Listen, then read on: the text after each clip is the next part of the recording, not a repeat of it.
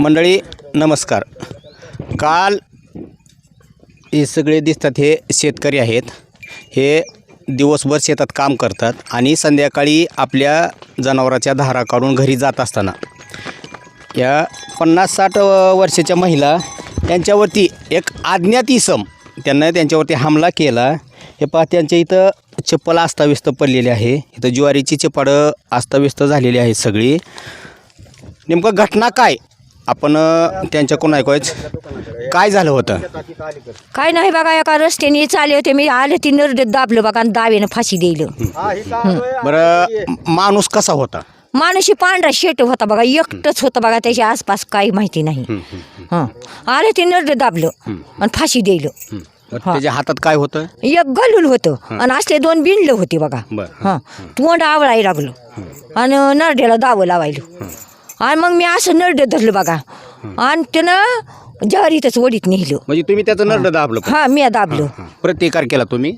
हां, ऐकलंच नाही. तर ही वस्तुस्थिती आहे, कारण की माझं शेतीतून थोड्या अंतरावर आहे. मला ज्यावेळेस या महिलेचा आवाज आला किंचाळण्याचा, तर त्यावेळी मी आमच्या गावचे पोलीस पाटील अजित शिंदे यांना फोन केला. तर ते तात्काळ घटनास्थळी आले. तर काय पाहिलं आल्यानंतर तुम्ही? इथं आल्यानंतर काय, इथं हे काकूनी वर्णन सांगितलं की असा एक उंच मुलगा होता, पांढरा शर्ट आणि काळे पॅन्ट होते, आणि ह्या चिकट टेपच्या माध्यमातून त्यांचं नरड दाबण्याचा प्रयत्न केला. आणि ही एक बंडल त्याच्यासोबत होतं आणि हातात गलोर वगैरे असं त्यांनी सांगितलं वर्णन. त्यांनी काय चेहरा व्यवस्थित पद्धतीनं बघितला नाही, पण भरपूर घाबरलेल्या अवस्थेत होते ते.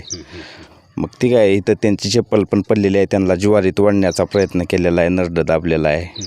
तर थोडा विषय जरा आहे. तर म्हणजे जो हमला करण्याचा काय उद्देश असू शकतो?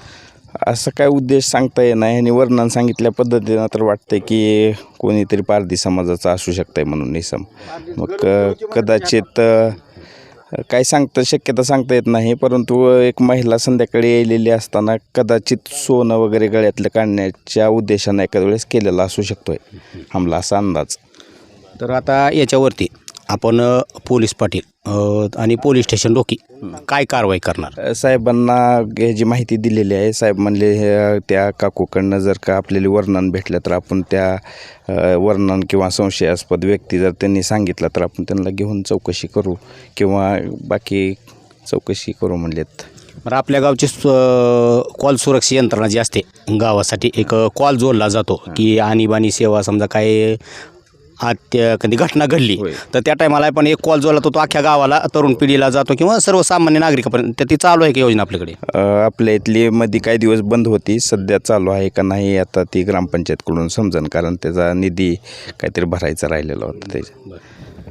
तर ठीक आहे मंडळी, शेतकरी बांधवांनी व महिलांनी आता दिवस तसं विचार केलं तर सुगीचे आहेत. दिवसभर शेतातली कामं करून संध्याकाळी धारा काढून घरी यायला उशीर होतो, पण आपली स्वतः काळजी घ्यावी. आणि ढोकी पोलीस स्टेशन व वाखरवाडी ग्रामपंचायत यांना एक विनंती आहे की आपण ग्राम सुरक्षा दल हे सुरू करावे. म्हणजे त्याच्यानुसार काय होईल की समजा एखाद्या ठिकाणी जर काही याचा अनुचित प्रकार घडत असेल तर एक कॉल केल्यानंतर बाकीची यंत्रणा किंवा लोक त्या ठिकाणी पोहोचू शकतील. आणि दुसरं, ढोकी पोलीस स्टेशन यांनी तत्काळमध्ये पोलीस पाटील व ग्रामपंचायतची बॉडी एकत्र घेऊन त्यांच्याशी चर्चा करून एक पोलीस मित्र संघटना स्थापन करावी. कारण याच्या अगोदर मी अखिल भारतीय छावा संघटनेचा संपर्क प्रमुख या नात्यानं आपण त्यांना 2 वेळा निवेदन दिलं की आपण ग्राम सुरक्षा दल व पोलीस मित्र संघटना स्थापन करावी. कारण काय होतं माहिती आहे का, एखादी घटना घडल्यानंतर परत विचार करण्यात काही अर्थ राहत नाही. कारण योगायोगानं रात्रीच आपण ही बातमी करणार होतो, पण ती रात्री अंधार असल्यामुळं आणि सगळी लोक घाबरून गेली होती, मानसिकता व्यवस्थित नसल्यामुळे आपण ही आज सकाळी करतो. ठीक आहे, धन्यवाद.